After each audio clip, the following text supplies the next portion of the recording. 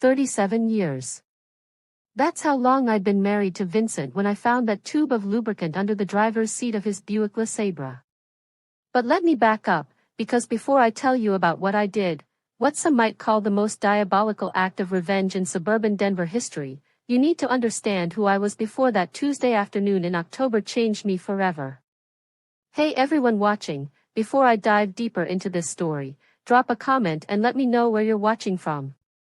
I'd love to know how far this tale of betrayal and revenge travels. And if you've ever felt that burning sensation in your chest when someone you trusted completely shatters your world, hit that subscribe button. Trust me, you're going to want to see how this ends. My name is Dolores, though everyone's called me Dolly since I was knee-high to a grasshopper. I'm 72 now, and I've got the kind of thick Midwestern accent that makes people think I'm just a sweet old grandmother who bakes cookies and knits scarves. And for 37 years, that's exactly who I was. I raised 3 kids, Bobby, Christine, and little Sarah, while Vincent climbed the corporate ladder at Coors Brewing Company.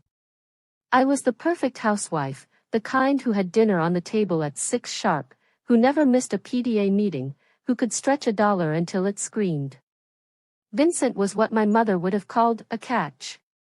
6'2", broad shoulders, salt and pepper hair that made him look distinguished rather than old. He'd been promoted to regional sales manager just 2 years before my discovery, and suddenly we had more money than we'd ever dreamed of. New car, renovated kitchen, that European cruise I'd been wanting since 1987. Life was supposed to be perfect. But perfection, I learned, is just another word for blindness. It started with little things. Vincent coming home later from work, claiming big meetings and client dinners. His phone buzzing constantly during our evening shows. Him taking long showers the moment he walked in the door, like he was washing something off. When I'd ask about his day, he'd give me these vague, rehearsed answers that sounded like he was reading from a script. The worst part? I made excuses for him. Told myself he was just stressed about work, that success came with a price. I even defended him to my sister Carol when she pointed out how distant he'd become. He's providing for us, I'd say. He's working hard so we can have nice things. God, I was such a fool. The day everything changed was October 15th, I remember because it was the day after my birthday, and Vincent had given me the most beautiful diamond bracelet. Real diamonds, not the cubic zirconia he'd been buying me for years. I should have known something was wrong right then. Guilt gifts, my mother used to call them, though I didn't understand what she meant until it was too late. Vincent had rushed out that morning, claiming he had to drive to Colorado Springs for an emergency client meeting. Nothing unusual there, or so I thought. But around noon, I got a call from his office. His secretary, Janet, wanted to confirm the details for the company barbecue that weekend. When I mentioned Vincent was in the Springs, she got quiet. Real quiet. Mrs. Patterson, she said slowly, Vincent's been in the office all morning. He's in his meeting room right now with the quarterly reports. The phone slipped from my hand and clattered onto the kitchen counter.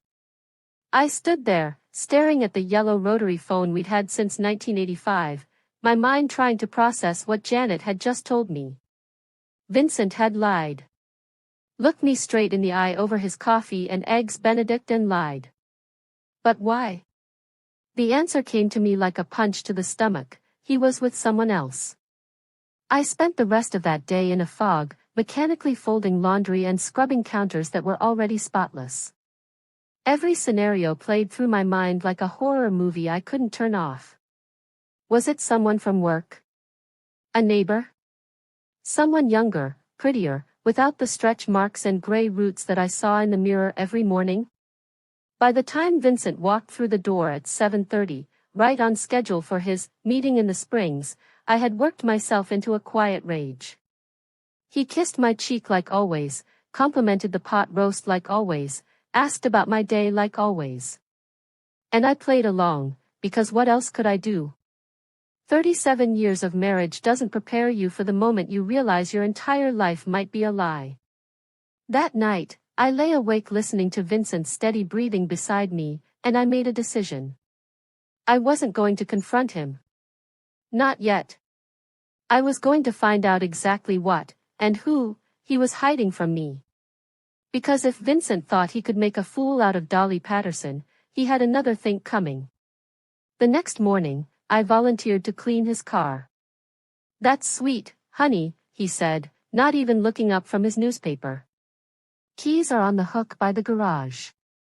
I waited until he left for work, then walked out to that pristine Buick like I was walking to my own execution. I'd cleaned Vincent's cars for decades. It was one of those wifely duties I'd never questioned. But this time, I wasn't looking for mud or coffee stains. I was looking for evidence. I started with the obvious places: glove compartment, center console, door pockets. Nothing but registration papers, breath mints, and loose change. But as I ran my hand under the driver's seat, searching for forgotten receipts or maybe a lipstick tube, my fingers touched something that made my blood run cold. A small tube, about the size of a travel-sized toothpaste. I pulled it out and stared at the label: personal intimate lubricant. Strawberry flavored. I'd never seen it before in my life. Vincent and I hadn't been intimate in over 2 years. We'd both just accepted it as part of getting older, the natural progression of a long marriage. But apparently, Vincent hadn't accepted it at all. He'd just found someone else to be intimate with. Sitting in that driver's seat, holding that tube of betrayal in my trembling hands, something inside me died. The sweet, trusting woman who'd spent 37 years making excuses for her husband's behavior simply ceased to exist. In her place was someone I didn't recognize, someone cold, calculating, and absolutely furious. I didn't cry. I didn't scream. I didn't even feel particularly sad, which surprised me. Instead, I felt empty. Like someone had reached into my chest and scooped out everything that made me who I was. But then, as I sat there in Vincent's car with the evidence of his affair in my hand, the emptiness began to fill with something else. Something dark and patient and utterly ruthless. If Vincent wanted to play games, I decided, then we'd play games. But he was about to learn that his sweet little housewife had a few tricks he'd never imagined. I carefully placed the tube back exactly where I'd found it, finished cleaning the car with meticulous attention to detail, and went inside to start planning the most elaborate revenge in the history of suburban marriage. Vincent had no idea what was coming for him. If you've ever been married for more than a decade, you know there's an art to living with someone. You learn their rhythms, their habits, the way they take their coffee and fold their socks. You know the sound of their footsteps on the stairs and the exact way they clear their throat when they're about to tell you something they think you won't like. What I didn't know, apparently, was how to recognize when all those familiar patterns were hiding a completely different person. Over the next 3 weeks, I became a detective in my own home. I started paying attention to details I'd been blind to for months, maybe even years. The way Vincent's cologne seemed stronger some days than others, as if he'd applied it twice. How he'd started buying expensive breath mints and keeping them in every pocket. The fact that his dry cleaning bills had tripled, but he never seemed to be wearing anything new. Most damning of all was his phone behavior. Vincent had always been casual with his cell phone, leaving it on the kitchen counter or coffee table without a second thought. But suddenly, it was glued to his side. He took it to the bathroom, kept it on his nightstand instead of the charging station in the kitchen, and if it buzzed during dinner, he'd glance at it with this little smile that made my stomach turn. I started keeping a journal, documenting every suspicious moment like I was building a case for divorce court. Tuesday, came home with grass stains on his pants but claimed he'd been in meetings all day. Thursday, received a call at 8 p.m. that made him step outside to talk, saying it was work stuff. Saturday, disappeared for 3 hours to run errands, but came home empty-handed. But the real breakthrough came when I decided to follow him. I know how that sounds. Trust me, I never thought I'd be the kind of woman who'd spy on her own husband. But after finding that tube in his car, I felt like I was living with a stranger who just happened to look like the man I'd married. I needed to know who Vincent really was when he wasn't pretending to be my devoted husband. The opportunity came on a Thursday afternoon. Vincent had left work early, claiming he needed to pick up some papers from a client's office across town. But instead of heading toward the business district, he drove straight to Cherry Creek, Denver's upscale shopping area where we'd never been able to afford anything. I followed him in my Toyota Camry, staying far enough back to avoid detection but close enough to see where he was going. My heart was pounding so hard I thought it might burst right out of my chest. Part of me hoped I was wrong, that there was some innocent explanation for everything. But a bigger part of me, the part that had been growing stronger since I found that tube, wanted to catch him in the act. Vincent parked in front of a trendy bistro called Sage, the kind of place with small portions and big prices that we'd always joked was too fancy for folks like us. I parked across the street and watched him walk inside like he owned the place, straightening his tie and running his fingers through his hair. And then I saw her. She was standing near the hostess station, and even from across the street, I could tell she was beautiful. Mid-40s, maybe, with long auburn hair and the kind of figure that came from expensive personal trainers and yoga classes. She was wearing a cream-colored dress that probably cost more than my monthly grocery budget, and when Vincent approached her, she didn't shake his hand or give him a polite hug. She kissed him. Right there in front of God and everyone, she stood on her tiptoes and kissed my husband like she had every right in the world to do it. I sat in that parking lot for 2.5 hours, watching through the restaurant windows as Vincent and this woman shared what looked like the most romantic lunch of their lives. They held hands across the table. She threw her head back and laughed at his jokes. He reached over and tucked a strand of her hair behind her ear with the same gentle gesture he'd used on me when we were dating. When they finally left the restaurant, they didn't go their separate ways like business associates or even casual friends might. Instead, they walked to the parking garage together, Vincent's arm around her waist like they were teenagers in love. I followed them to a hotel. Not just any hotel, the Brown Palace, Denver's most expensive and elegant establishment.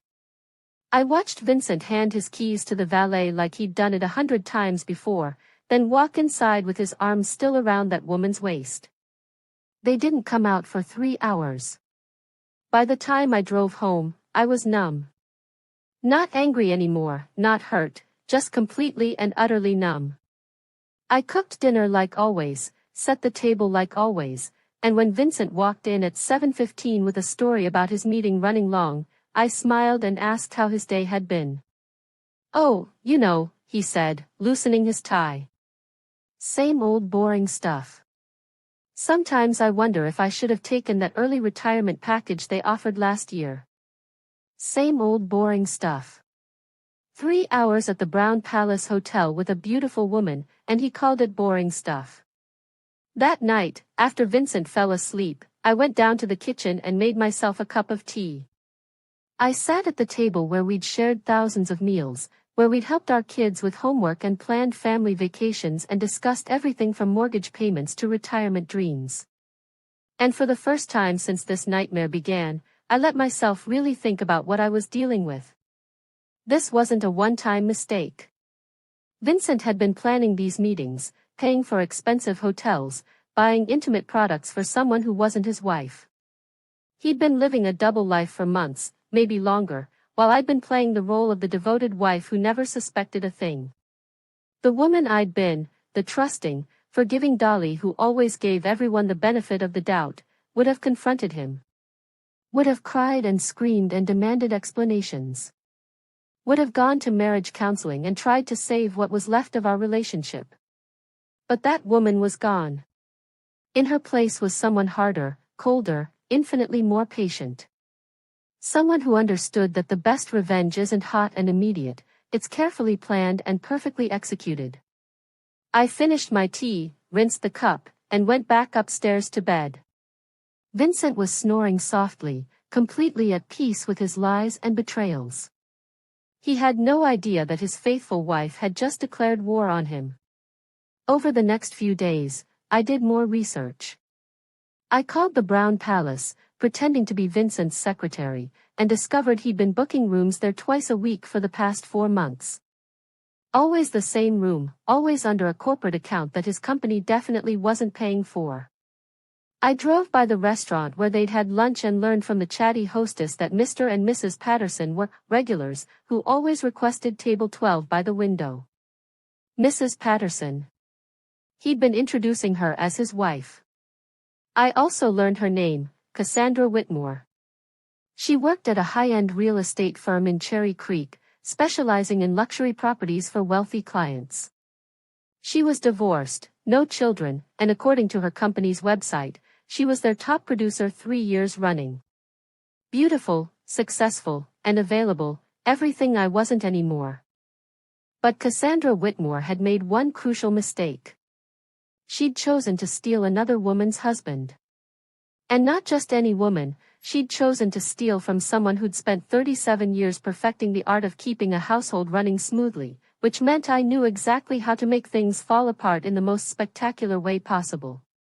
Vincent thought he was so clever, sneaking around behind my back while his loyal wife stayed home and kept his dinner warm. He had no idea that I was 3 steps ahead of him, planning something that would make his affair seem like a minor inconvenience compared to what was coming. The tube of lubricant was still in his car, waiting patiently under the driver's seat. Every time Vincent left for one of his meetings, I knew exactly what he was planning to do with it. But soon, very soon, that innocent little tube was going to become the instrument of the most poetic justice Vincent Patterson had ever experienced. The idea came to me while I was watching the local news. There was a segment about a construction worker who'd accidentally gotten his hand stuck to a steel beam after using the wrong type of adhesive. The reporter explained how industrial-grade adhesives were so strong they could bond skin to metal in seconds, and that removing them required special solvents and sometimes even surgery. As I watched the footage of paramedics carefully working to free the man's hand, something clicked in my brain. I sat forward on the couch, and for the first time in weeks, I actually smiled. Vincent had no idea what was about to hit him. Now, I want you to understand something. I'm not a vengeful person by nature. Before all this happened, the most devious thing I'd ever done was tell my neighbor Mrs. Henderson that her prize-winning roses looked interesting when I really thought they were ugly as sin. But betrayal changes you. It strips away the polite, civilized parts of your personality and reveals something more primitive underneath. If you're still with me and this story is hitting close to home, take a second to hit that like button. Sometimes knowing we're not alone in our darkest moments makes all the difference. And trust me, this is just the beginning of how dark things got. The next morning, I drove to Home Depot with a purpose I hadn't felt in years. I walked through those aisles like a woman on a mission, past the paint samples and gardening supplies, straight to the adhesives section. The selection was overwhelming: wood glue, fabric glue, super glue, epoxy, construction adhesive. But I knew exactly what I was looking for. "Can I help you find something, ma'am?" asked a young employee with kind eyes and a name tag that read, Derek. "I need the strongest adhesive you carry," I said, putting on my sweetest grandmother voice. "My grandson is working on a science project about bonding agents, and I want to get him something that'll really impress his teacher." Derek's face lit up. "Oh, for a science project. That's great. You'll want industrial-grade cyanoacrylate, that's super glue on steroids. This stuff bonds to skin instantly and permanently. You have to be really careful with it." "Perfect." He led me to a locked display case and pulled out a small tube that looked almost identical to the one I'd found in Vincent's car. The label was covered in warning symbols and text about proper ventilation and protective equipment. "How strong is it, exactly?" I asked, maintaining my innocent grandmother act. "Strong enough to bond steel to concrete," Derek said proudly. "Once this stuff sets, nothing's separating whatever it's glued to without industrial solvents or medical intervention." We had a guy last month who got his thumb stuck to his workbench. Had to call the fire department. I bought 2 tubes, just in case, along with some heavy-duty rubber gloves and a bottle of the industrial solvent Derek recommended for emergencies. The total came to $47, a small price to pay for justice. Back home, I practiced the switch in my kitchen. The tubes were almost identical in size and shape, the only difference being the labels. But Vincent never looked at labels anyway. He was the kind of man who assumed everything would work exactly as expected because it always had for him. I timed myself. Open car door, reach under seat, grab tube, replace with identical tube, pocket the original, 8 seconds. Even if Vincent came out while I was doing it, I'd just look like I was cleaning his car like I'd done 1,000 times before. But timing would be everything. I needed to make the switch when I knew he was planning to use it soon, but not so soon that he'd notice something was wrong before it was too late. I needed to catch both Vincent and his mistress in the most compromising position possible. That's when I remembered something Vincent had said the week before. He'd mentioned having to work late on Friday because of some big presentation on Monday.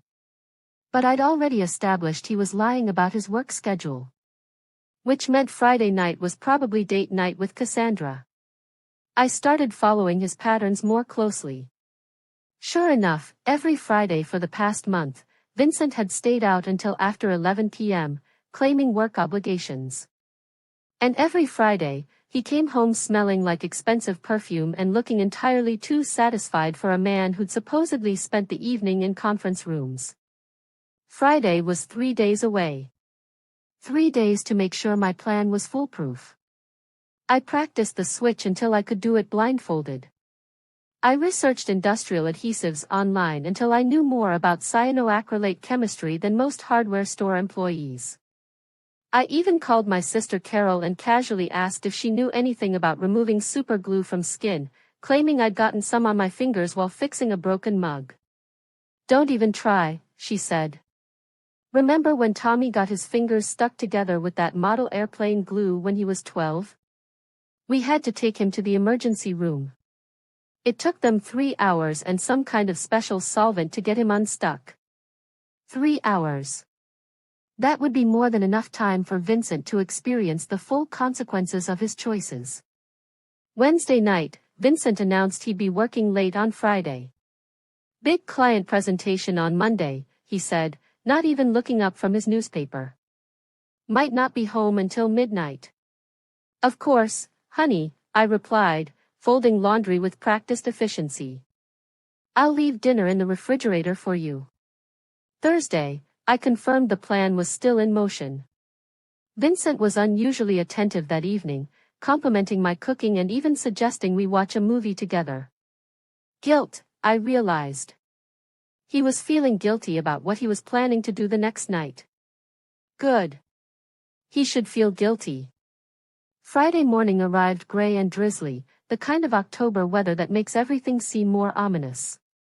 Vincent left for work at his usual time, but not before kissing my cheek and telling me he'd miss me at dinner. I'll miss you too, sweetheart, I said, and for a moment, I actually meant it. I missed the Vincent I'd married, the man I'd thought he was for 37 years. But that man was gone, replaced by someone who could lie to my face while planning to spend the evening with another woman. At 3 p.m., I put on my rubber gloves, grabbed the industrial adhesive, and walked out to Vincent's car. My hands were steady as I opened the driver's door and reached under the seat. The original tube was exactly where he'd left it, like a loaded gun waiting to go off. 8 seconds. The switch was complete. I went back inside, hid the original tube in my sewing basket, and started cooking Vincent's favorite meal, pot roast with carrots and potatoes, the same dinner I'd been making for special occasions since we were newlyweds. If this was going to be our last normal evening together, I wanted it to be memorable. Vincent came home at 5:30, showered and changed into his best suit, the charcoal gray one I'd bought him for our anniversary last year. He complimented dinner, helped clear the table, and even offered to do the dishes. You're being awfully sweet tonight, I observed, watching him scrape plates with unusual enthusiasm. "Can't a man appreciate his beautiful wife?" he said, and the lie rolled off his tongue so smoothly I almost believed it myself. At 7 p.m., he kissed me goodbye and promised to be as quiet as possible when he came home so he wouldn't wake me. I stood in the doorway and watched him drive away, knowing it would be the last time I'd ever see him as my husband instead of my enemy. Then I poured myself a glass of wine, settled into my favorite chair with a book, and waited for the phone to ring. Because one way or another, before this night was over, someone was going to call me about Vincent. The only question was whether it would be the police, the paramedics, or Vincent himself, begging for my help to fix the mess he'd gotten himself into. Either way, I'd be ready for them. I couldn't concentrate on my book. Every few minutes, I'd find myself reading the same paragraph over and over, my mind wandering to what Vincent was doing at that exact moment. Was he already at the hotel with Cassandra? Were they sharing dinner and wine, laughing about how oblivious his stupid wife was? Or, and this thought made my pulse quicken, had they already moved on to more intimate activities? By 9 p.m., I was pacing the house like a caged animal. I tried watching television, but every commercial break felt like an eternity. I tried calling my daughter Christine, but she was busy with her own family and I couldn't exactly explain why I needed to talk. What was I supposed to say? "Hi honey, I'm just sitting here waiting for your father to get superglued to his mistress during their affair." The strangest part was how calm I felt underneath all the nervous energy. For weeks, I'd been consumed by rage and hurt and betrayal. But now that my plan was in motion, I felt peaceful. Like I'd finally taken control of something that had been spiraling away from me for months. At 10:15, my phone rang. I let it ring 3 times before answering, wanting to sound casual and unsuspecting. "Hello? Mrs. Patterson?" The voice was professional, urgent. "This is Dr. Martinez from Presbyterian/St. Joseph Hospital. I'm calling about your husband, Vincent." My heart started hammering, but I kept my voice steady. "Is everything all right? Vincent's working late tonight. Ma'am, your husband is here in our emergency room. He's in a rather unusual situation. We're going to need you to come down here as soon as possible." "What kind of situation?" I asked, injecting just the right amount of worried wife concern into my voice. There was a pause. "It's rather difficult to explain over the phone, Mrs. Patterson. He's not in any immediate danger, but we do need your help with some logistics. Can you come down right away?" "Of course," I said. "I'll be right there." I hung up and sat in my kitchen for exactly 60 seconds, letting the reality sink in.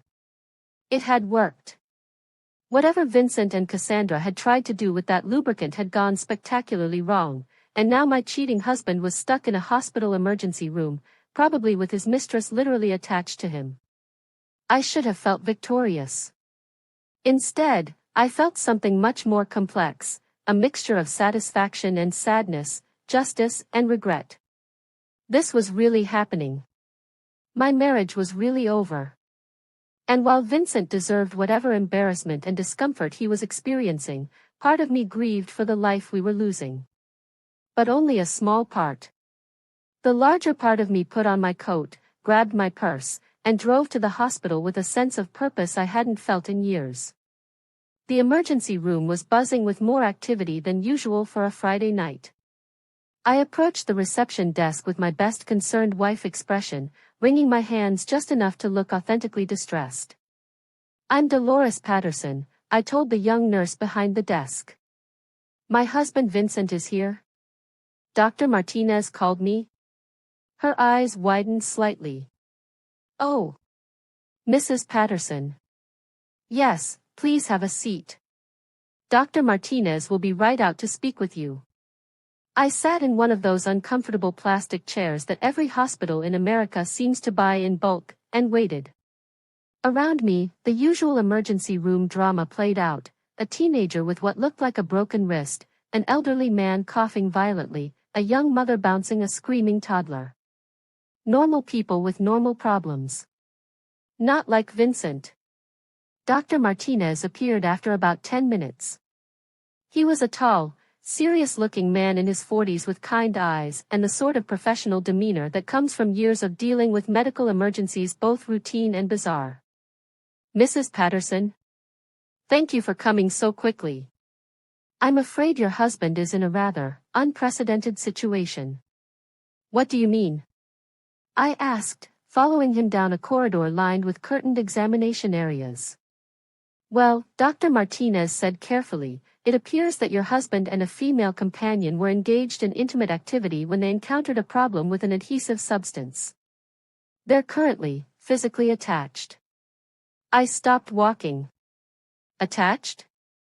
"The substance appears to be industrial-grade cyanoacrylate, essentially super glue. It's bonded their intimate areas together quite firmly. We've been trying to separate them for the past 2 hours, but we need to proceed very carefully to avoid serious injury." The professional in Dr. Martinez was working hard to maintain his composure, but I could see the barely suppressed amazement in his eyes. In all his years of emergency medicine, he'd probably never seen anything like this. "How is that even possible?" I asked, putting exactly the right amount of shocked confusion into my voice. "We're not entirely sure. It appears they may have mistaken the adhesive for a personal lubricant. The tubes are apparently very similar in appearance." We reached a curtained area at the end of the corridor, and Dr. Martinez paused before pulling back the curtain. "Mrs. Patterson, I want to prepare you for what you're about to see. Your husband is conscious and alert, but he's understandably distressed. The situation is delicate." He pulled back the curtain, and I got my first look at the fruits of my revenge. Vincent was lying on his side on the examination table, covered by a sheet that did nothing to hide the fact that he was physically connected to another person. That person, Cassandra, though no one had told me her name yet, was facing away from me, but I could see her auburn hair and the expensive jewelry she'd been wearing in the restaurant weeks ago. Vincent's face was a mask of humiliation and panic. When he saw me, his eyes filled with tears. "Dolly," he whispered. "I'm so sorry. I'm so sorry." But it was the scene around them that really drove home the absurdity of the situation. There were 4 medical professionals clustered around the table, Dr. Martinez, 2 nurses, and what appeared to be a specialist with a cart full of chemicals and tools. They looked like a pit crew trying to figure out how to separate 2 cars that had somehow welded themselves together. "We've tried several different solvents," Dr. Martinez explained quietly, "but the bonding is incredibly strong. We're going to have to transport them both to surgery, where we can work under controlled conditions with stronger chemical agents." "Both of them?" I asked. "To surgery? The adhesive has created what's essentially a permanent physical connection. Any attempt to separate them forcibly could cause severe tissue damage. We need to dissolve the bond carefully, layer by layer, which could take several hours." I looked at Vincent, who was staring at me with an expression of absolute desperation. He knew. In that moment, looking at his wife's face, Vincent Patterson knew exactly what had happened and who was responsible for it. "Mrs. Patterson," said one of the nurses, "we're going to need you to fill out some paperwork for your husband's admission to surgery. And we'll need to contact Ms. Whitmore's emergency contact as well." Ms. Whitmore. So that was her name. "Of course," I said, still playing the role of the concerned wife. "Whatever Vincent needs." But as I followed the nurse to the administrative office, I heard Vincent call out behind me. "Dolly, please. I know you're angry, but please don't leave me like this." I turned back to look at him one last time, my husband of 37 years, literally stuck to another woman, facing hours of surgery and a lifetime of humiliation. He looked smaller somehow, diminished by the consequences of his choices. "I'm not going anywhere, Vincent," I said softly. "I'll be right here waiting for you." And I was telling the truth. I would wait. I would fill out his paperwork and sit in the surgical waiting area and play the role of the devoted wife for as long as it took. Because I wanted to be there when they finally got him unstuck. I wanted to see his face when the doctors finished their work and Vincent realized that his affair was over, his mistress was probably going to sue him, and his marriage was about to become the most expensive mistake of his life. The best revenge, I'd learned, isn't just getting even. It's being there to watch your enemy realize they've lost everything. The surgical waiting room at Presbyterian/St. Joseph Hospital is designed to be soothing. Soft lighting, comfortable chairs, generic landscape paintings on the walls that are supposed to be calming but mostly just make you think about all the places you'd rather be. I settled into a chair near the window and prepared for what I knew would be a very long night. Within an hour, the waiting room began to fill with other people connected to this bizarre situation. Cassandra's emergency contact turned out to be her sister, a sharp-faced woman in her 50s who arrived in a cloud of expensive perfume and barely contained rage. "Where is she?" she demanded at the reception desk. "Where's my sister Cassandra?" The nurse explained the situation in the same careful, professional language Dr. Martinez had used with me. I watched this woman, Linda, I heard her tell someone on the phone, process the information with a mixture of horror and fury that was almost entertaining. But the real drama started when Cassandra's ex-husband showed up. I was pretending to read a magazine when a tall, well-dressed man in his 50s burst through the waiting room doors like he owned the place. He had the kind of commanding presence that comes with money and power, and when he spoke, his voice carried the authority of someone used to being obeyed. "I'm looking for Cassandra Whitmore," he announced to the room at large. "I'm her ex-husband, Richard." Linda jumped up from her chair. "Richard? What are you doing here?" "I got your hysterical phone call," he said coldly. "Something about Cassandra being glued to some married man? I figured I'd better come see this train wreck for myself." The way he said, "married man," with such disdain made it clear that Richard knew exactly what kind of woman his ex-wife was. I found myself curious about their story, but I didn't have to wonder for long. "She's been having an affair for months," Linda hissed at her former brother-in-law, apparently not caring who overheard. "With some middle-aged sales manager who's been spending his retirement money on hotel rooms and expensive dinners. I told her this would end badly, but did she listen?" "No. Of course she didn't," Richard replied. "Cassandra never could resist a man with a credit card and low self-esteem. Though I have to admit, this is a new low even for her." I kept my eyes on my magazine, but every word of their conversation was burning itself into my memory. Vincent wasn't just cheating, he was being played by a professional. A woman who made a habit of targeting married men and bleeding them dry. Suddenly, my revenge felt even more justified. The hours crawled by. Richard left after the first hour, muttering something about having better things to do than wait for his idiot ex-wife to get unstuck from her latest victim. But Linda stayed, pacing the waiting room like a caged animal and making increasingly frantic phone calls to friends and family members. Around midnight, she approached me.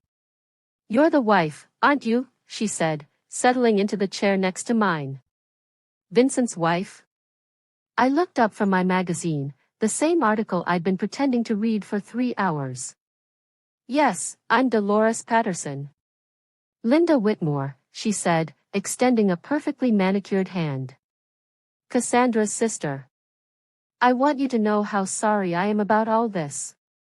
"My sister, she has a problem with married men." The understatement of the century. "How long has this been going on?" I asked, playing the role of the betrayed wife seeking answers. Linda sighed heavily. "With your husband?" "About 6 months, I think. But Cassandra's been doing this for years. Ever since her divorce, she's been targeting married men with money. She tells herself they're going to leave their wives for her, but that's never what happens." "What usually happens?" "The wives find out, the marriages explode, and Cassandra moves on to the next victim. She's destroyed at least 4 marriages that I know of. Maybe more." For marriages. Vincent wasn't just cheating, he was being manipulated by a predator who had turned wrecking homes into an art form. I felt a surge of vindication that almost overwhelmed me. My revenge hadn't just punished Vincent for his betrayal, it had potentially saved other marriages from this woman's machinations. I keep telling her she needs therapy, Linda continued, but she says she's just looking for love. What she's really looking for is the thrill of taking something that belongs to someone else. We sat in silence for a few minutes, two women whose lives had been turned upside down by the same selfish people. Finally, Linda spoke again. Can I ask you something? How did you find out? I could have told her the truth, about finding the lubricant, following Vincent to restaurants and hotels, watching him lie to my face for months. Instead, I said, a wife always knows. You just choose whether to see it or not. At 2:30 a.m., Dr. Martinez finally emerged from surgery, looking exhausted but relieved. He found Linda and me in the waiting room and sat down heavily in one of the chairs across from us. The procedure was successful, he said. We were able to separate them without any permanent physical damage. However, they're both going to be very sore for several days, and there may be some sensitivity for weeks to come. When can we see them? Linda asked. They're both sedated right now and will be for several more hours. Ms. Whitmore is going to need to stay overnight for observation, but Mr. Patterson can probably go home tomorrow afternoon once we're sure there are no complications. Home. Vincent was coming home to face the music. Dr. Martinez turned to me with an expression of professional concern mixed with curiosity. Mrs. Patterson, I have to ask, do you have any idea how this could have happened? The industrial adhesive that caused this situation isn't something people typically have access to. Here it was, the moment I'd been both dreading and anticipating. I could confess everything, tell the truth about what I'd done and why. Or I could maintain my innocence and let Vincent figure out how to explain the impossible coincidence. Doctor, I said, meeting his eyes directly, my husband has been lying to me for months. He told me he was working late tonight, but instead he was in a hotel room with another woman. If there's anyone who knows how this happened, it would be him. Dr. Martinez nodded slowly. Of course. This has been a very difficult night for you, Mrs. Patterson. Is there someone we can call to come sit with you? No thank you, I said. I'll be fine. I've been taking care of myself for a long time. By 4 a.m., Linda had finally exhausted herself and fallen asleep in one of the waiting room chairs. I sat alone in the quiet hospital, watching the sun begin to rise over Denver through the large windows. It had been exactly 12 hours since Vincent left for his work meeting. 12 hours since I'd watched him drive away, knowing what was waiting for him. I thought about calling our kids, but what would I say? Your father is in the hospital because he got superglued to his mistress during an affair? Some conversations require face-to-face explanations. Instead, I called my sister Carol. Dolly, she answered on the second ring, instantly alert despite the early hour. What's wrong? Vincent's in the hospital, I said. He's going to be fine, but... Carol, I need you to know that I'm going to be okay too. What happened? Are you at the hospital? I can be there in 20 minutes. It's a long story, I said. But Carol? Remember when we were kids and Tommy Henderson used to pull my pigtails and steal my lunch money? Of course. You put that dead fish in his desk and he never bothered you again. Sometimes, I said quietly, bullies need to learn that their victims aren't as helpless as they think. There was a long pause on the other end of the line. Dolly, Carol said finally, what did you do? What I had to do. At 6 a.m., a different doctor came to update me on Vincent's condition. He was awake, in considerable discomfort, but stable. The sedation was wearing off, and he was asking for me. Can I see him? I asked. He's in recovery room 3. But Mrs. Patterson, he seems quite distressed. More than we'd expect for this type of injury. Is there anything we should know about his mental state? Vincent was distressed because he knew. He'd figured out that the lubricant had been switched, that his loving wife had orchestrated the most humiliating experience of his life. He was probably terrified about what I was going to do next. He should be terrified. My husband has been under a lot of stress lately, I told the doctor. Work pressures, you know. This accident probably just highlighted how fragile everything is. Recovery room 3 was quiet and sterile, with machines beeping softly and the smell of disinfectant hanging in the air. Vincent was lying on his back, staring at the ceiling, looking older than his 59 years. When he saw me, he started crying. "Dolly," he whispered. "I'm so sorry. I'm so goddamn sorry." I pulled a chair up next to his bed and sat down, studying the face of the man I'd been married to for 37 years. He looked broken, defeated, like a child who'd been caught doing something unspeakably wrong. "How long, Vincent?" I asked quietly. 6 months, he said without hesitation. "It started 6 months ago." "But Dolly, it didn't mean anything." "She didn't mean anything. You have to believe me. She meant enough for you to spend our retirement money on hotel rooms." Vincent closed his eyes. "How long have you known?" "Long enough." "The lubricant," he said. "You switched it, didn't you?" I could have denied it. Should have denied it, probably. But looking at Vincent lying there, connected to machines and facing the destruction of everything he'd taken for granted, I decided he deserved the truth. "Yes," I said simply. Vincent stared at me like he was seeing me for the first time in decades. "My God, Dolly. What have you become?" "I've become someone who doesn't make excuses for people who betray me," I replied. "I've become someone who fights back." We sat in silence for a long time, the weight of 37 years pressing down on both of us. Finally, Vincent spoke again. "What happens now?" "Now?" I stood up and smoothed down my skirt. "Now you get better, come home, and we figure out what's left of our marriage." "But Vincent? This conversation we're having right now? It's the last time we're ever going to talk about this. Because if you ever lie to me again, if you ever cheat on me again, what happened last night will seem like a pleasant memory compared to what I'll do to you." I kissed his forehead gently, the way I had thousands of times over the years. "I'll be back this afternoon to take you home." As I walked out of the recovery room, I heard Vincent call my name one last time. I turned back to see him looking at me with an expression I couldn't quite identify: fear, respect, maybe even a little admiration. "Dolly," he said. "Remind me never to get on your bad side again." I smiled. "Sweetheart," I said, "you've been on my bad side for 6 months. You're just now finding out what that means." The drive home from the hospital was the strangest 20 minutes of my life.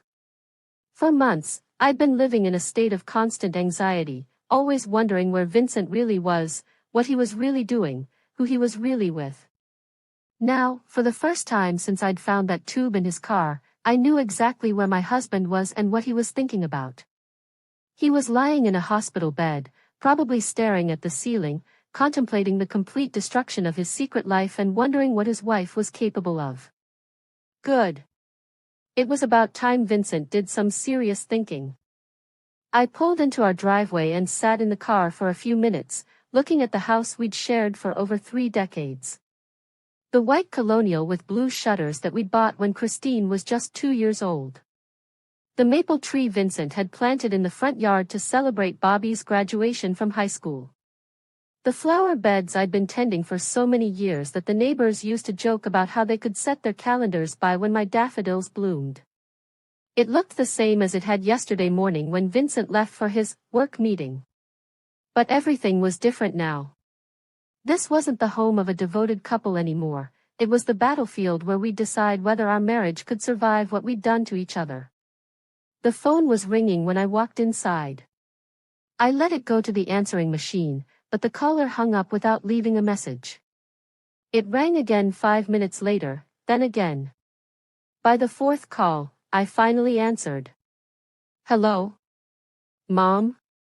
It was Christine, and she sounded worried.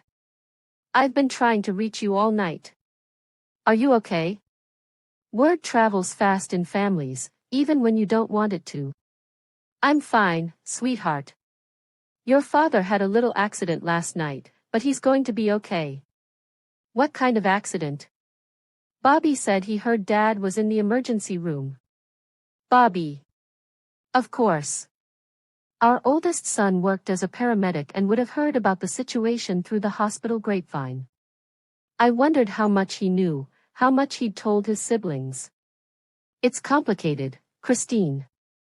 Your father is going to be in the hospital for another day or two, and then we'll sit down and explain everything. Mom, you're scaring me. What happened? I could hear the genuine concern in my daughter's voice, and it broke my heart. Christine was 34 years old, happily married with 2 kids of her own, but she still saw her parents as the stable foundation of the family. Learning that Vincent and I were human beings with human problems was going to be devastating for all 3 of our children. Your father made some poor choices, I said carefully. And now he's dealing with the consequences. But Christine, I need you to understand something. Whatever you hear about what happened, your father and I are going to work through this together. Are you getting divorced? The question hung in the air like a bomb waiting to explode. Was I getting divorced? 24 hours ago, the answer would have been an immediate yes. Vincent had betrayed everything we'd built together, spent our money on another woman, lied to my face for months. Those seemed like unforgivable offenses. But revenge, I was learning, was more complicated than I'd expected. Seeing Vincent lying in that hospital bed, broken and humiliated and genuinely remorseful, had stirred up feelings I thought were dead. Not love, I wasn't sure I'd ever be able to love him the same way again. But something deeper than love, the history we shared, the life we'd built, the family we'd created together. I don't know yet, I told Christine honestly. But whatever happens, your father and I will always be your parents. This doesn't change how much we love you kids. After I hung up, I walked through the house like I was seeing it for the first time. The family photos lining the hallway, chronicling 37 years of birthdays and holidays and graduations. The kitchen table where we'd shared thousands of meals. The living room where Vincent and I had watched our children grow up, where we'd celebrated their achievements and comforted them through their disappointments. Had all of that been a lie? Or had it been real, at least until Vincent decided he wanted something more exciting than domestic contentment? The phone rang again. This time it was my sister Carol. Dolly, what the hell happened? Bobby called me this morning saying Vincent was in the hospital for some kind of intimate injury. Please tell me you didn't catch him cheating and cut something off. Despite everything, I laughed. No, Carol. I didn't cut anything off. Then what? And don't give me some story about an accident, because Bobby said the whole hospital staff was talking about it. So I told her. All of it. The months of suspicion, following Vincent to restaurants and hotels, discovering his affair with Cassandra, the carefully planned revenge that had landed both of them in the emergency room. When I finished, there was complete silence on the other end of the line. Carol? Are you still there? Jesus Christ, Dolly. You superglued your husband to his mistress? Industrial adhesive, actually. It's stronger than regular super glue. More silence. Then, unexpectedly, Carol started laughing. Not just chuckling, full-blown, gasping for air, tears streaming down her face laughter. Carol, it's not funny. Are you kidding me? It's the funniest thing I've ever heard in my life. Vincent Patterson, Mr. Holier Than Thou, stuck to some gold-digging bimbo like a couple of horny teenagers. Oh God, I wish I could have seen his face when he realized what happened. He could have been seriously injured. But he wasn't, was he? He's just embarrassed and uncomfortable and probably scared shitless of what you're going to do next. Dolly, you brilliant, diabolical woman, you've done something most wives only dream about. You've made your cheating husband literally face the consequences of his actions. Carol's reaction surprised me. I'd expected her to be shocked, maybe even disgusted by what I'd done. Instead, she sounded almost proud. You don't think I went too far? Too far? Carol scoffed. Vincent spent 6 months lying to you, spending your money on another woman, and making you feel like you were going crazy for suspecting something was wrong. You gave him exactly what he deserved, a dose of reality that he'll never forget. That afternoon, I drove back to the hospital to bring Vincent home. He was dressed in the same clothes he'd worn to his work meeting the night before, but they looked different on him now, wrinkled, ordinary, like a costume that no longer fit the character he'd been playing. The ride home was silent. Vincent stared out the passenger window, and I focused on driving, both of us lost in our own thoughts. It wasn't until we pulled into our driveway that he finally spoke. The kids know, don't they? They know you're hurt. They don't know why. They're going to find out. Bobby works at the hospital, he'll hear the details eventually. I turned off the engine and looked at my husband. Then we'll tell them the truth. That their father made some mistakes, and their mother decided to remind him that actions have consequences. Vincent nodded slowly. And us? What happens to us? I don't know yet, Vincent. I honestly don't know. We sat in the car for a few more minutes, two people who'd shared a life for nearly 4 decades, trying to figure out if we had any future left together. Finally, Vincent reached over and took my hand. Dolly, he said quietly, I know I don't deserve it, but I'm asking for a chance to make this right. Not because I'm afraid of what else you might do, though I'll admit, I am afraid of that. But because I realized something lying in that hospital bed last night. What's that? I realized that losing you would be worse than anything you could ever do to me. I looked down at our joined hands, his rougher from years of working, mine softer but marked with age spots and the small scars that come from a lifetime of caring for a family. We'd held hands on our first date, on our wedding day, in the delivery room when each of our children was born. These hands had touched each other in love, in comfort, in passion, in routine affection thousands of times over the years. Could they touch in forgiveness too? We'll see, Vincent, I said, squeezing his fingers gently. We'll see.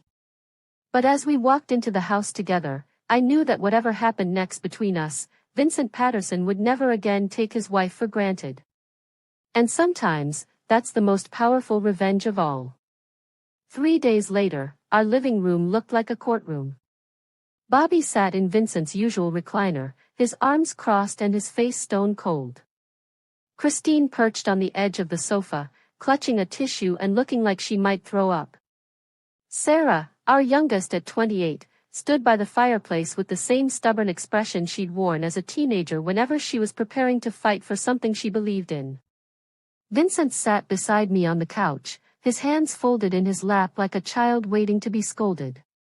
He'd spent the past 3 days moving around the house like a ghost, polite and helpful but careful not to get too close to me, as if he was afraid I might have more surprises in store for him. He should be afraid. Okay, Bobby said, his voice carrying the authority of someone who'd spent years dealing with people in crisis. We're all here. Now somebody needs to tell us what the hell happened Friday night, because the rumors going around the hospital are insane. I looked at Vincent, giving him the chance to tell his version first. He cleared his throat and stared at his hands. I've been having an affair, he said quietly. For about 6 months. Friday night, your mother discovered what I'd been doing, and she taught me a lesson I'll never forget. What kind of lesson? Sarah demanded. She'd always been the most direct of our children, the one who asked the questions everyone else was thinking but afraid to voice. Vincent glanced at me, then back at his hands. She replaced some personal items with industrial adhesive. The woman I was with and I ended up stuck together. Literally. The silence that followed was deafening. I watched my children's faces as they processed what their father had just told them. Bobby's expression didn't change. As a paramedic, he'd probably heard stranger stories. But Christine gasped and covered her mouth, while Sarah's eyes widened with what looked like horrified fascination. "You superglued Dad to his girlfriend?" Sarah asked, turning to me. "Mistress," I corrected. She was his mistress, not his girlfriend. Girlfriends are for single people. "Mom," Christine whispered, "how could you do something so dangerous?" He could have been seriously hurt. This was the moment I'd been dreading. How do you explain to your children that you were willing to risk their father's physical safety for the sake of revenge? How do you make them understand that sometimes love and hatred are so tangled up together that they become the same emotion? "Your father was already hurting me," I said finally. "He was spending our retirement money on hotel rooms and expensive dinners with another woman. He was lying to my face every single day, making me feel like I was going crazy for suspecting something was wrong. He was planning to humiliate me in front of our entire community when people found out about his affair." "So you decided to humiliate him first?" Bobby's voice was carefully neutral, but I could hear the judgment underneath. "I decided to make sure he understood that his choices have consequences. Your father thought he could have his cake and eat it too, keep his stable home life with me while having his excitement with her. I showed him that life doesn't work that way."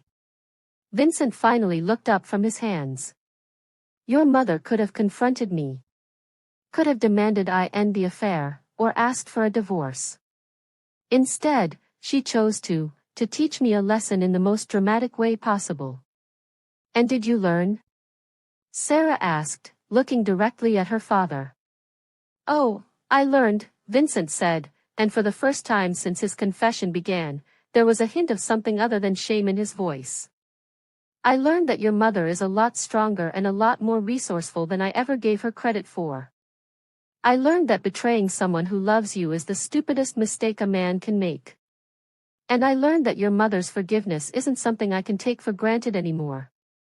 Christine was crying now, quiet tears streaming down her cheeks. "Are you getting divorced?" Vincent and I looked at each other.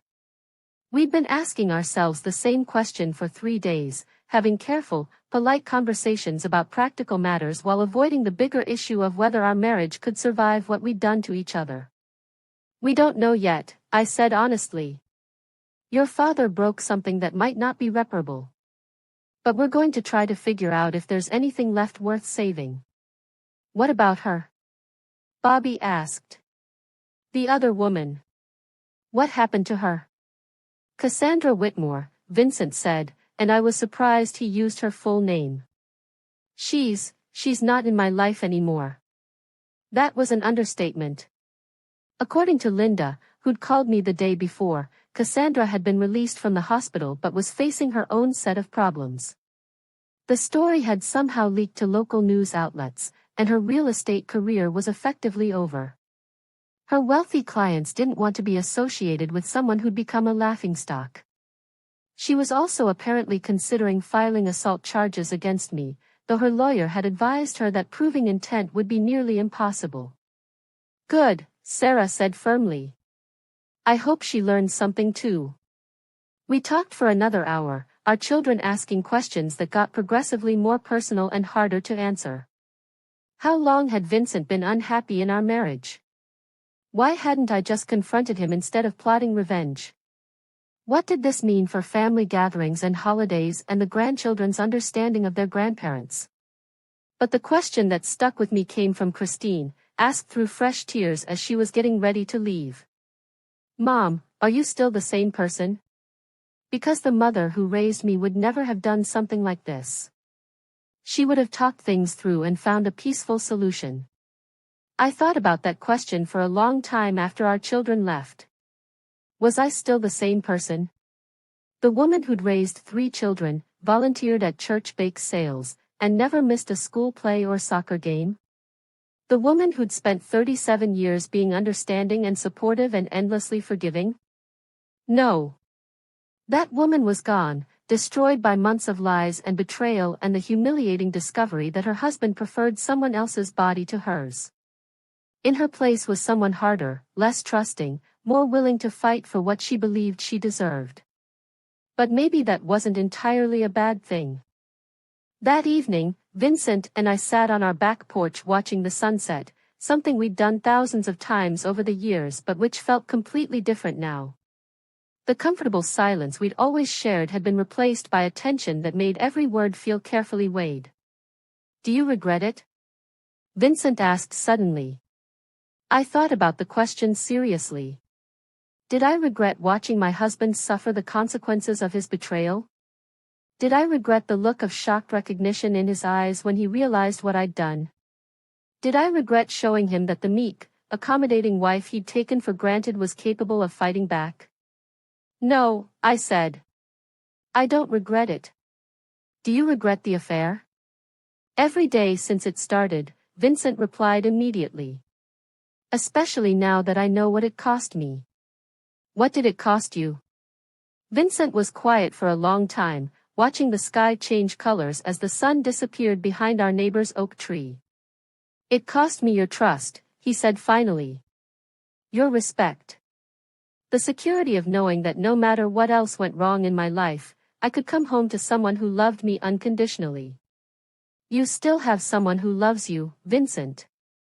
But it's not unconditional anymore. He nodded slowly.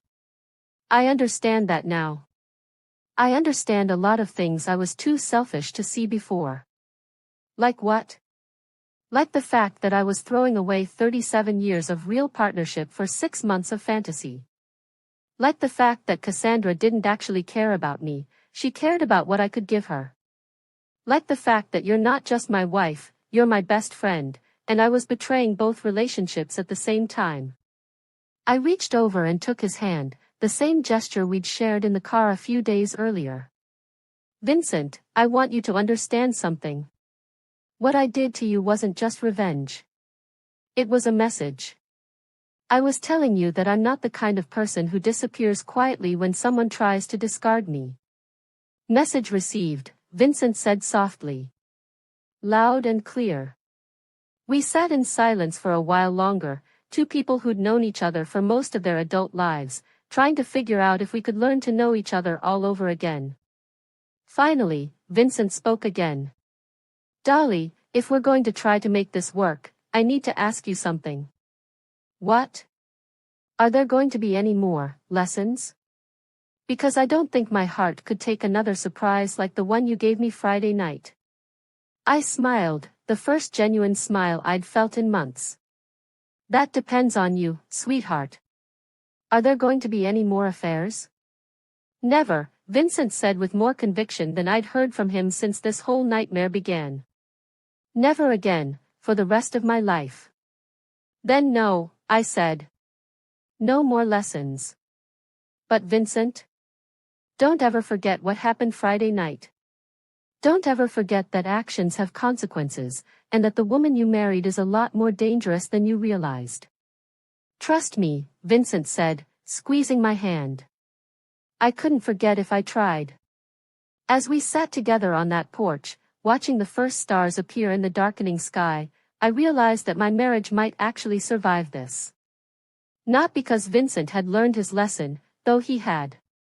Not because I'd gotten my revenge, though I had.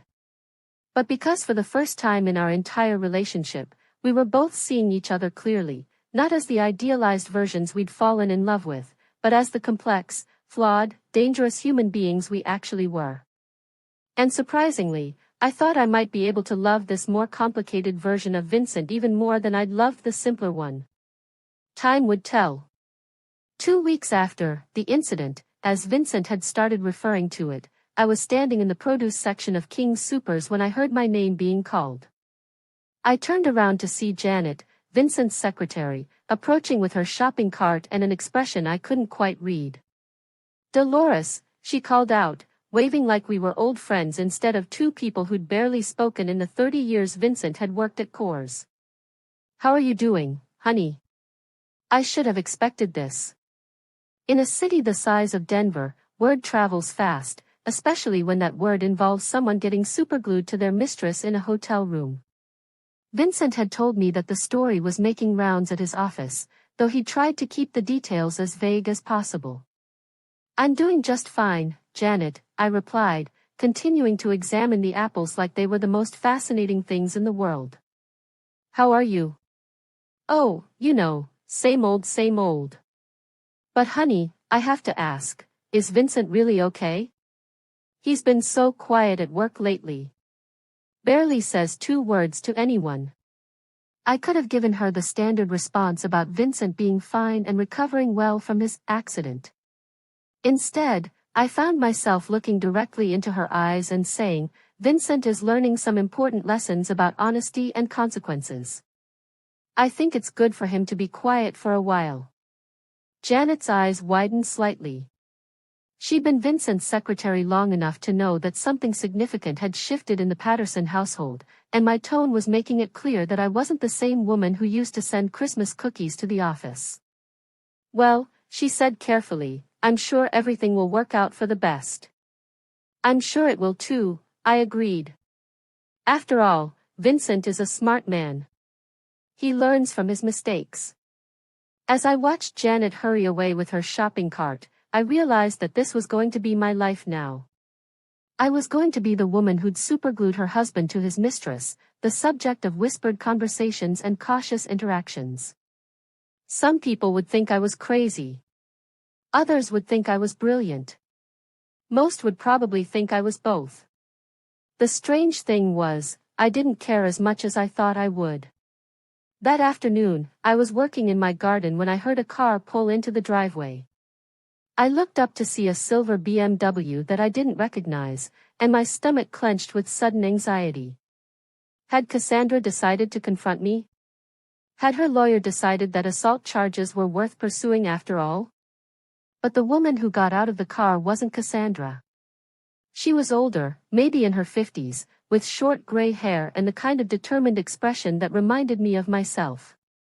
"Mrs. Patterson," she called out, walking across my lawn with purposeful steps.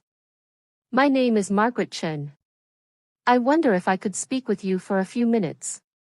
I stood up, brushing dirt off my gardening gloves. "What can I do for you, Mrs. Chen?" "It's about Cassandra Whitmore," she said, and my blood ran cold. "She destroyed my marriage 18 months ago. Had an affair with my husband that lasted almost a year. When I heard what happened to her 2 weeks ago, I had to come thank you personally. Of all the conversations I'd imagined having in the aftermath of my revenge, this wasn't one of them." I invited Margaret into my kitchen and made coffee while she told me her story. "David and I were married for 23 years, she said, cradling her coffee mug like it was a lifeline. "We had our problems, like any couple, but I thought we were solid. Then Cassandra showed up at one of his business conferences." The story was depressingly familiar. Cassandra had targeted Margaret's husband with the same calculated precision she'd used on Vincent. Expensive lunches, intimate dinners, hotel rooms paid for with family money. The affair had lasted 11 months before Margaret discovered it, and by then, David was so infatuated with Cassandra that he'd actually asked for a divorce. She convinced him that he deserved better than a boring suburban housewife, Margaret said bitterly. Told him he was too dynamic and successful to be tied down to someone who didn't appreciate his potential. "Did he leave you?" "He tried to. Moved out, started divorce proceedings, the whole thing. But after about 6 months of living with Cassandra full-time, he realized what she really was. She wasn't interested in him, she was interested in his money and his connections. The moment he stopped being useful to her, she dumped him for someone wealthier." "Did you take him back?" Margaret's laugh was bitter. "Hell no. By then, I'd realized that David was the kind of man who could be manipulated by a pretty face and some flattery. If it hadn't been Cassandra, it would have been someone else eventually. I divorced him and took half of everything he had left after she finished with him. We sat in silence for a moment, two women who'd been betrayed by the men they trusted and the same predatory woman who made a career out of destroying marriages. The reason I came here, Margaret continued, is that I wanted you to know that what you did wasn't just about your marriage. Cassandra has been destroying families for years. From what I've heard, she's done this at least 5 or 6 times. You didn't just get revenge on her, you stopped her from doing it to other women. That hit me harder than I'd expected. I'd been so focused on punishing Vincent for his betrayal that I hadn't really considered the broader implications of what I'd done to Cassandra. But Margaret was right, a woman who made a habit of targeting married men had probably been planning her next victim even while she was with Vincent. Have you heard how she's doing? I asked, not sure if I wanted to know the answer. She's finished in Denver, Margaret said with satisfaction. Her real estate career is over, nobody wants to work with someone who's become a laughingstock. Her sister told my friend that she's planning to move to Phoenix and start over. Good. Let her start over somewhere else, far away from other women's husbands. After Margaret left, I called Vincent at work. It was the first time I'd called him there since the night I discovered his lie about the Colorado Springs meeting. Dolly? He sounded surprised to hear from me. Is everything okay? I had an interesting visitor today, I said, and told him about Margaret Chen's visit. Vincent was quiet for a long time after I finished the story. Finally, he said, Jesus, Dolly. She was using me. Yes, she was. I thought she cared about me. I thought I was special to her. The pain in Vincent's voice surprised me. I'd been so focused on my own hurt that I hadn't really considered how it would feel for Vincent to realize he'd been manipulated by a professional. In some twisted way, we'd both been victims of Cassandra Whitmore, though Vincent had certainly been a willing participant in his own victimization. Vincent, I said gently, you were never special to her. You were just convenient. A married man with money and low enough self-esteem to be flattered by attention from a younger woman. That's brutal, Dolly. It's true. And Vincent? The sooner you accept that, the sooner you can figure out why you were vulnerable to someone like her in the first place. That night, Vincent and I had the most honest conversation we'd had in years. We talked about how our marriage had grown stale, how we'd stopped really seeing each other as anything more than familiar roommates. We talked about Vincent's midlife crisis and his fear of getting old, about my own feelings of invisibility as I'd watched him become more successful while I'd remained the same suburban housewife I'd always been. I felt like I was disappearing, Vincent said. Like I was just Vincent the husband, Vincent the father, Vincent the sales manager. I forgot who I was as just Vincent. So you decided to find yourself in another woman's bed? I decided to feel important again. Special. Desired.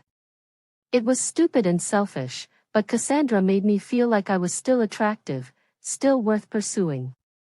I understood that feeling more than I wanted to admit.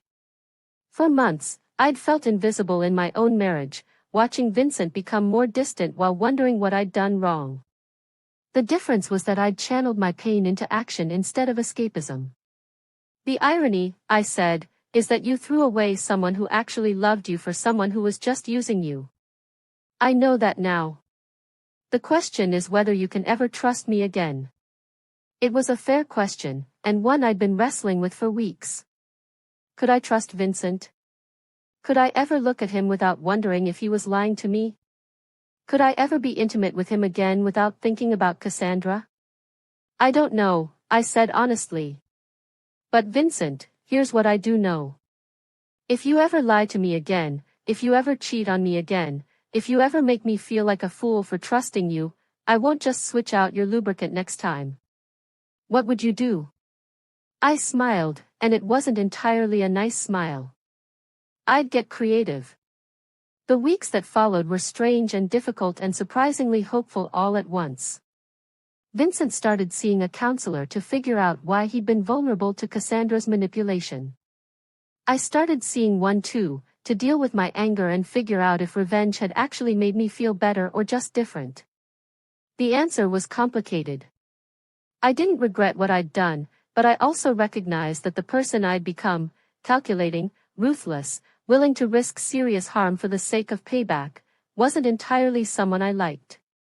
I'd protected myself and possibly other women from Cassandra's predatory behavior, but I'd also discovered a capacity for cold-blooded revenge that frightened me a little.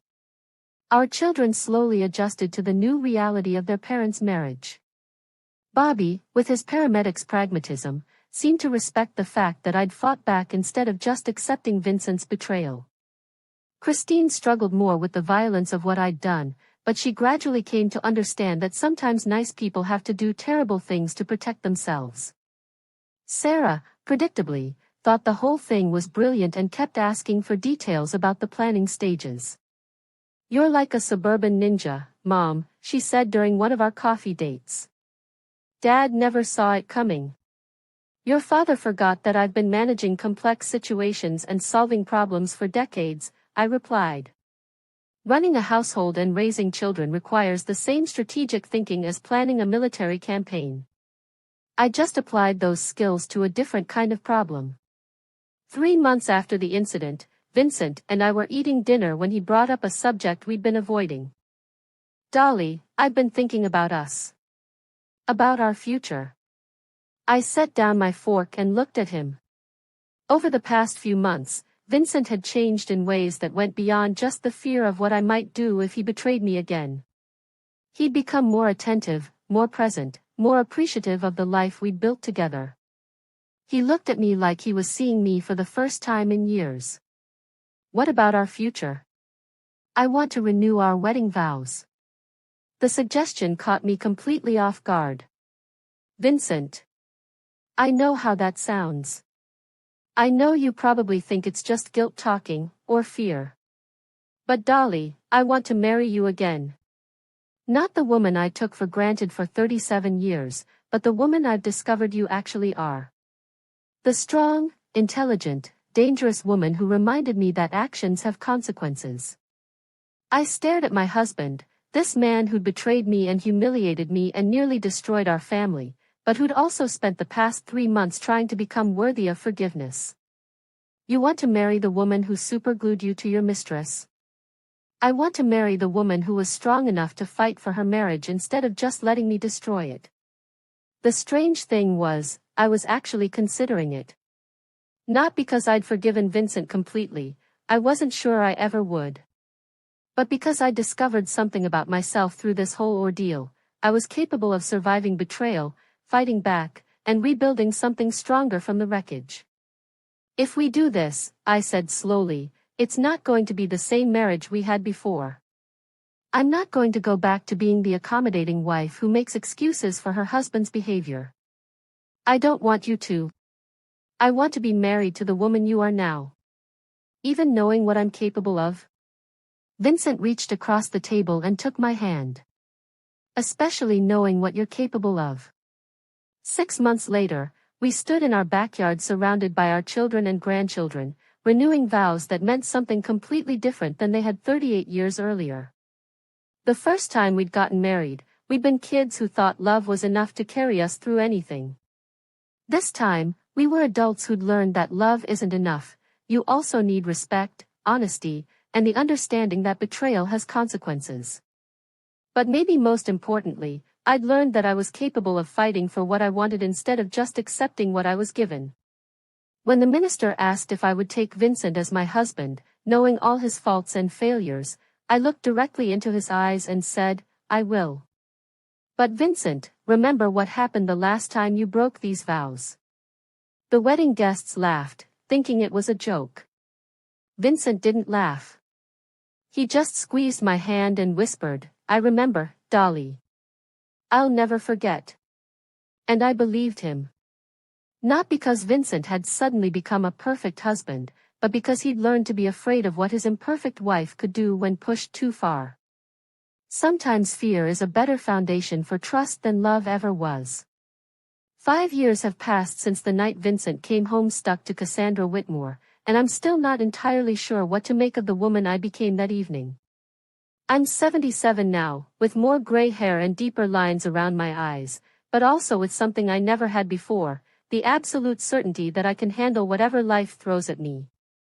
Vincent and I are still married, though I'd be lying if I said it's been easy. Trust, once broken, doesn't heal cleanly. It grows back crooked, with scar tissue that aches when the weather changes. There are still moments when Vincent comes home late from work and I feel that familiar clenching in my stomach, that voice in my head asking if he's lying to me again. But then I remember what I did the last time he lied to me, and the fear passes. Because Vincent remembers too. If you've stayed with me through this whole story, I hope you've learned something about the power we all have to fight back when someone tries to break us. Drop a comment and let me know what you think. Was I justified in what I did, or did I go too far? I read every single comment, and I love hearing your thoughts on this wild chapter of my life.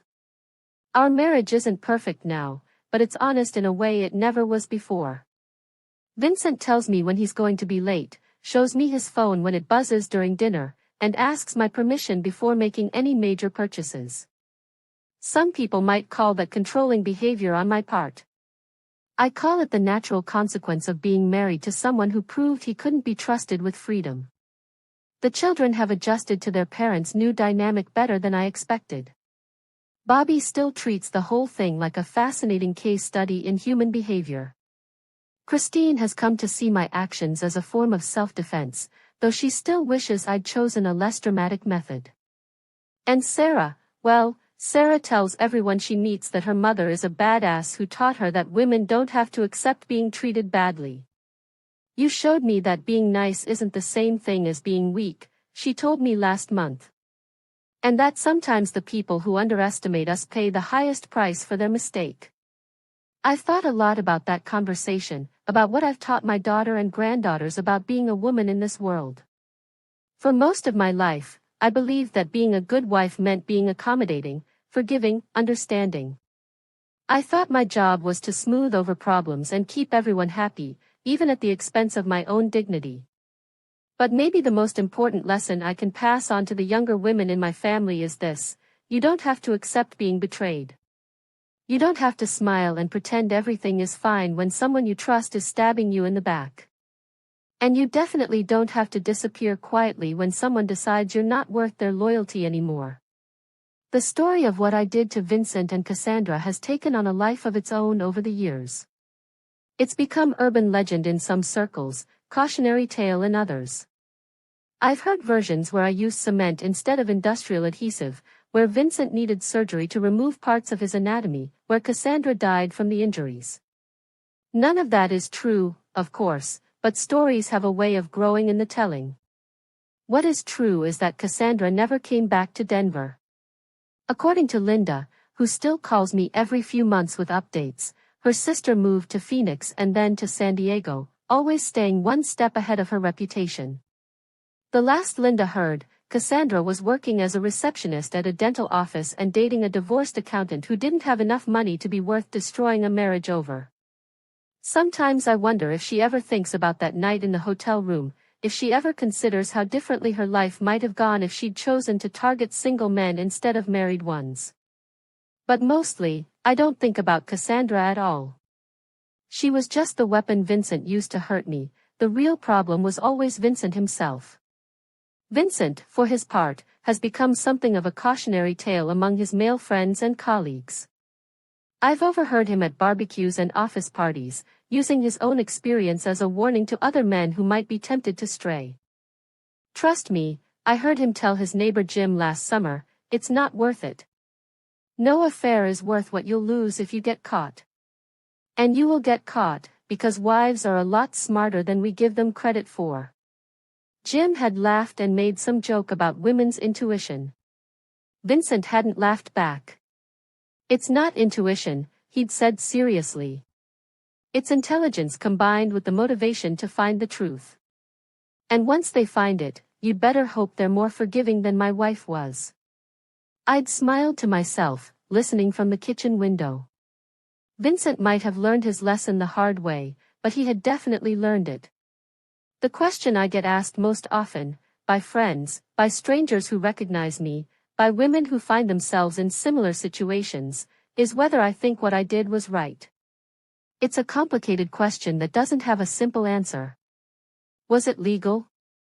Probably not, though proving intent would have been nearly impossible. Was it dangerous? Absolutely. Industrial adhesive could have caused serious injuries if applied differently or in larger quantities. Was it cruel? Without a doubt. But was it effective? Was it justified? Did Vincent deserve to experience the humiliation and consequences of his choices in such a dramatic and unforgettable way? Yes. Yes, he did. Vincent spent months lying to my face, spending our money on another woman, planning to humiliate me when his affair inevitably became public knowledge. He treated me like I was too stupid and too weak to figure out what he was doing, like I was just a convenient fixture in his life that he could take for granted while he pursued more exciting options. He was wrong about me being stupid. He was wrong about me being weak. And he was catastrophically wrong about me being someone who would accept betrayal quietly. I've never apologized for what I did, and I never will. The only thing I regret is that it took me so long to fight back, that I spent months making excuses for Vincent's behavior instead of trusting my instincts from the beginning. But that's changed now. I trust my instincts about everything, about people, about situations, about when something doesn't feel right. And more importantly, I trust my ability to handle whatever problems come my way. Last month, a young woman named Jessica contacted me through Facebook. She'd heard my story somehow and wanted advice about her own situation. Her husband of 10 years had been having an affair with his secretary, and she was torn between confronting him and pretending she didn't know. I invited her over for coffee and told her my story, all of it, including the parts that don't make me look particularly sympathetic. Then I gave her the same advice I'd give to any woman facing betrayal: trust yourself, protect yourself, and remember that you deserve better than someone who lies to your face while claiming to love you. But what should I do? She asked. How do I make him pay for what he's done to me? That's up to you, I said. But Jessica, whatever you decide to do, make sure it's something you can live with afterward. Because revenge changes you. It shows you parts of yourself that you never knew existed. Some people can handle that knowledge, and some people can't. How do you handle it? I thought about that question for a long time before answering. How do I handle knowing that I'm capable of cold, calculated revenge? How do I live with the knowledge that when pushed far enough, I can be just as ruthless as anyone else? I handle it by remembering that I'm not just a victim, I said finally. I'm also a survivor. And survivors do whatever they have to do to protect themselves and the people they love. Jessica ended up confronting her husband directly instead of planning any elaborate revenge. They're in marriage counseling now, trying to figure out if their relationship can be salvaged. I hope it works out for them, but I also hope Jessica remembers that she has options beyond just accepting whatever her husband decides to give her. Because here's what I've learned in my 77 years on this earth: people will treat you exactly as badly as you allow them to. If you accept being lied to, they'll lie to you. If you accept being taken for granted, they'll take you for granted. If you accept being betrayed, they'll betray you. But if you make it clear that bad behavior has consequences, real, immediate, unforgettable consequences, people tend to treat you with a lot more respect. Vincent treats me with respect now. Not just because he loves me, but because he's afraid of what I might do if he doesn't. And you know what? I'm perfectly fine with that arrangement. Fear and love aren't mutually exclusive. Sometimes they work together to create something stronger than either emotion could achieve alone. So to everyone who's watched or listened to this story, especially those of you who found yourselves in similar situations, remember this: you are not powerless. You are not helpless. You are not obligated to accept being treated badly just because you love someone. You have options. You have strength you haven't discovered yet. And if someone pushes you too far, if they mistake your kindness for weakness and your love for stupidity, well, they might just find out what you're really capable of. The woman who married Vincent Patterson 38 years ago was sweet, trusting, and endlessly forgiving. She would have cried and begged and tried to save a marriage that wasn't worth saving. I'm not that woman anymore. I'm someone harder, more dangerous, less willing to accept unacceptable behavior. Some days I miss the innocence of who I used to be. But most days, I'm grateful for the strength I discovered when I had no choice but to fight back. Vincent learned that his actions have consequences. I learned that I'm capable of ensuring those consequences are memorable. And both lessons have served us well in the years since. If this story has resonated with you, if it's made you think about your own relationships and your own capacity for fighting back when necessary, please share it with someone who might need to hear it. Sometimes knowing that we're not alone, that other people have faced similar challenges and survived them, is exactly what we need to find our own strength. Thank you for listening to my story. Thank you for understanding that sometimes good people do terrible things for good reasons. And thank you for believing that a 77-year-old grandmother can also be a force to be reckoned with when the situation calls for it. Because I am. And if you need to be, you can be too.